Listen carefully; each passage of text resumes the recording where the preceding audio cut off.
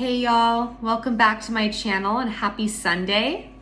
I'm back in the kitchen this week and I'm continuing with the egg theme that I introduced last time during Ostara. Today's recipe is super easy, super simple, and super nutrient dense. I'm gonna be making egg drop soup.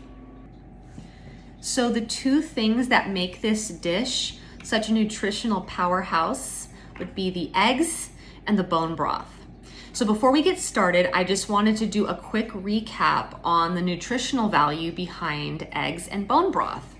One of the things that both of these foods have in common is they have to do with our brain health. So 20% of our brain is actually made up of cholesterol, which we find in ample amounts in eggs.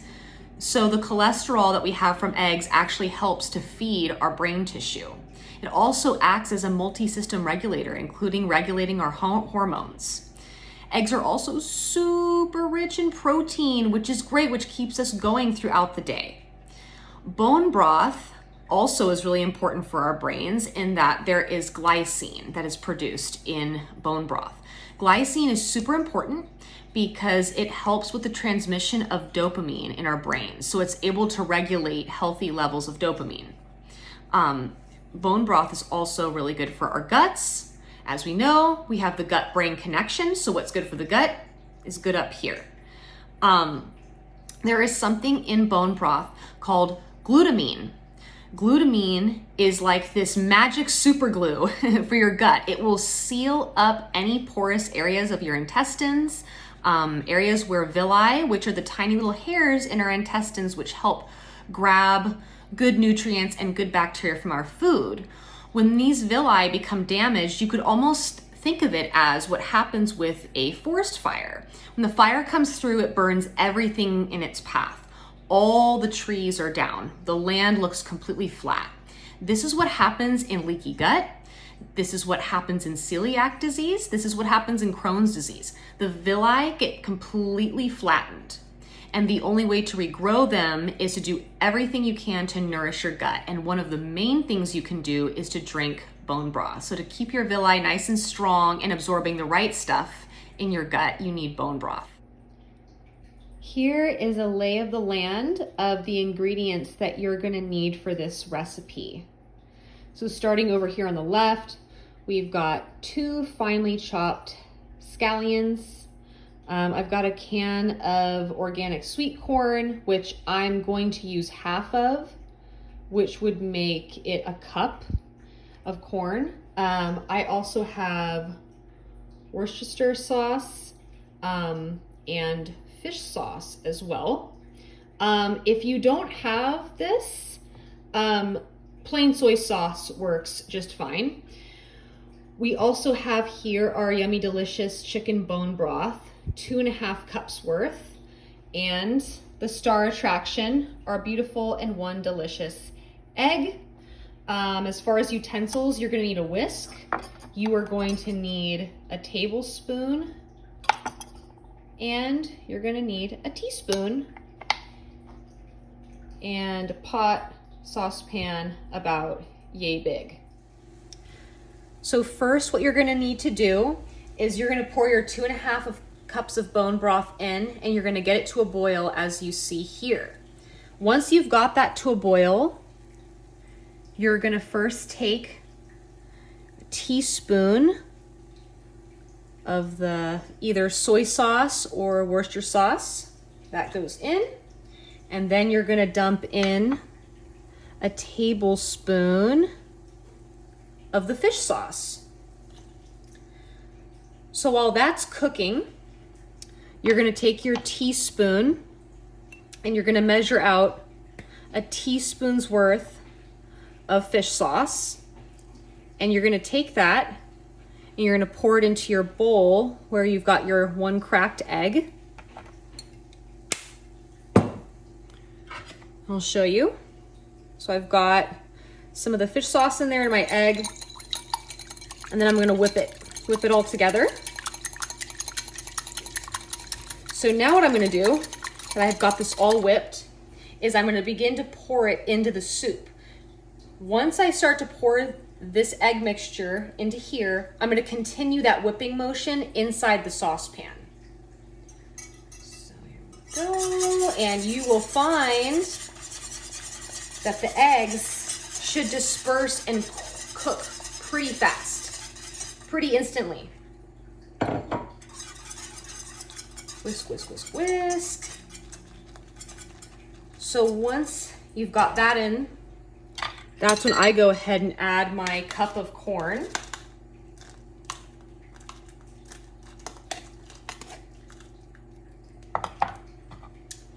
And turn it off.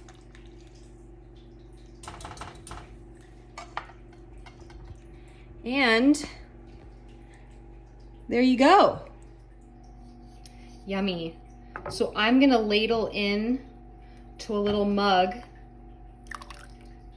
our egg drop soup. So I'd transfer some of this into a mug, and once you've got your mug or bowl filled, that's when you're gonna top it with these scallions on top, and then it will be good to go. And there you go. This should be what the final product looks like. Hey y'all. So, as I am sampling the yummy, delicious egg drop soup we made today, which turned out great. I wouldn't change a thing. It's incredible. But while I'm sitting here, savoring and enjoying the flavor, I wanted to talk a little bit more about why I'm focusing on eggs so much recently. So if you saw my last video, Eggs in Ostara, I was talking about the symbolism that eggs hold during the springtime. So typically, eggs represent hope, they represent fertile life, rebirth, renewal, the return of light.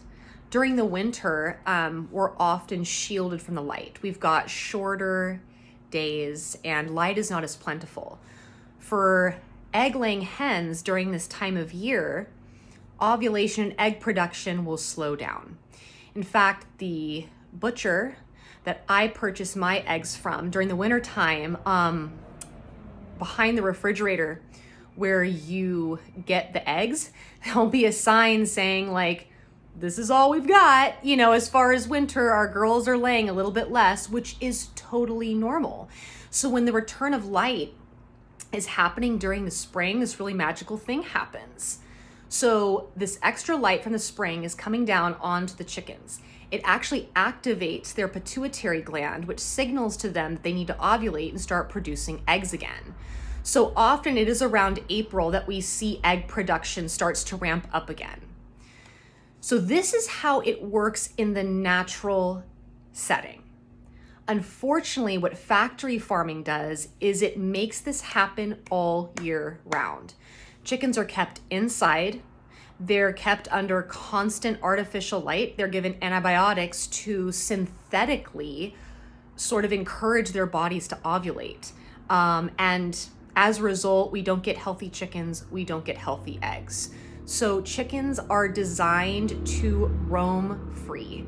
They are not designed to eat grains. They're not designed to eat corn and soy all day long and not see the sunlight. It's normal for their egg production to slow down when the winter season comes and light isn't as available. This is normal. We need to accept this and work with nature and not against her. Chickens, by evolution's design, are free-range omnivores. So when they're out to pasture, as they're designed to be, they're eating worms, bugs, they're eating leaves, they're eating grass. They even eat compost.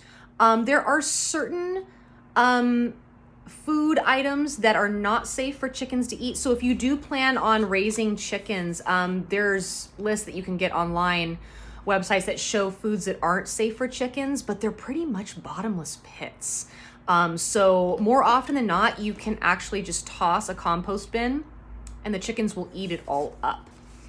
So when we keep them indoors and we're not letting them live the way they were designed to live, we are going to get poor quality food.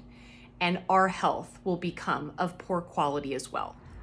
Respecting the evolutionary design of chickens is not just for their benefit or for our direct health benefit, but they also are really good for the climate, the environment, the earth. So as chickens are outside pecking and they're getting little bugs and they're getting the little leaves and grass and your compost, they don't actually absorb 100% of the nutrients from the food that they're eating. Now, this is actually a good thing because where these extra nutrients end up is in their poop. Yes, that's right. Chicken manure is one of the best things that you can put in your garden. So because it has all these extra nutrients in it, those nutrients actually can be absorbed by the soil. We've got good soil. That means we're gonna have fertile land and we're gonna have even more nutrient dense fruits and vegetables that will grow from that dirt. So the process or cycle that I just described to you of the chickens eating the compost, eating the bugs and pests, pooping out extra nutrients, those nutrients go into the soil is super powered, and all the plants grow big, strong, nutrient dense, no need for GMOs, no need for pesticides.